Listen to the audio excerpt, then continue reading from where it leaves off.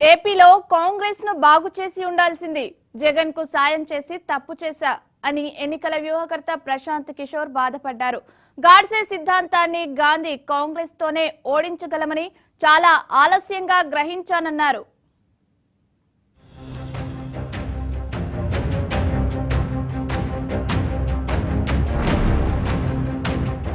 ఆంధ్రప్రదేశ్లో వైఎస్ జగన్మోహన్ రెడ్డి పదవీకాంక్ష తీర్చడానికి సాయం చేశానని ఎన్నికల వ్యూహకర్త ఐపాక్ వ్యవస్థాపకుడు ప్రశాంత్ కిషోర్ బాధపడ్డారు. బీహార్లో నితీష్ కుమార్ కు కూడా తోడ్పడ్డాను అని చెప్పారు. వీటికంటే గాంధీ కాంగ్రెస్ ను బాగు చేసే దిశగా తాను పనిచేసి ఉండాల్సింది అని అభిప్రాయపడ్డారు. గాడ్సే సిద్ధాంతాన్ని గాంధీ కాంగ్రెస్ పునరుజ్జీవంతోనే ఓడించగలమని తెలుసుకోవడానికి తనకు చాలా కాలం పట్టిందన్నారు.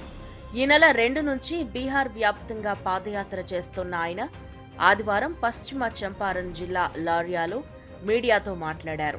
బీజేపీని అర్థం చేసుకోకుండా దాన్ని ఓడించడం ఎవరికీ సాధ్యం కాదన్నారు. బీజేపీ రాష్ట్రీయ స్వయం సేవక్ సంఘ్ ఆర్ఎస్ఎస్ బంధానికి కొత్త భాష్యం చెప్పారు.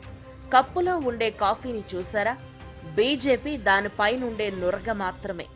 సంఘే అసలు కాఫీ. అది సమాజంలోకి చొచ్చుకెళ్లిందే. దాన్ని ఓడించడానికి దగ్గర దారులేమీ లేవు అని స్పష్టం చేశారు.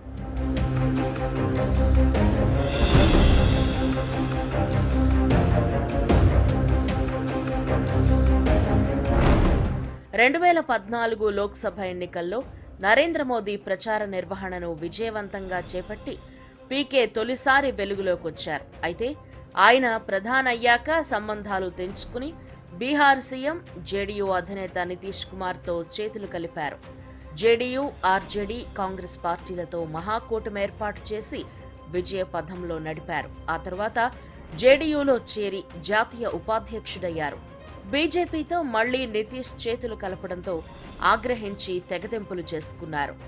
గతేడాది కాంగ్రెస్ లో చేరాలనుకున్నారు. సోనియా, రాహుల్తో సానుకూల చర్చలు నడిచినా ఆ పార్టీలో పాతుకుపోయిన సీనియర్ల కారణంగా సాధ్యం కాలేదు. దీంతో బీహార్ పై దృష్టి సారించారు.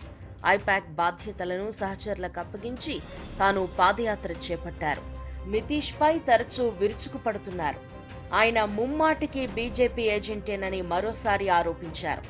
గతంలో జరిగిన ఓ సంఘటనను ఈ సందర్భంగా గుర్తు చేసుకున్నారు.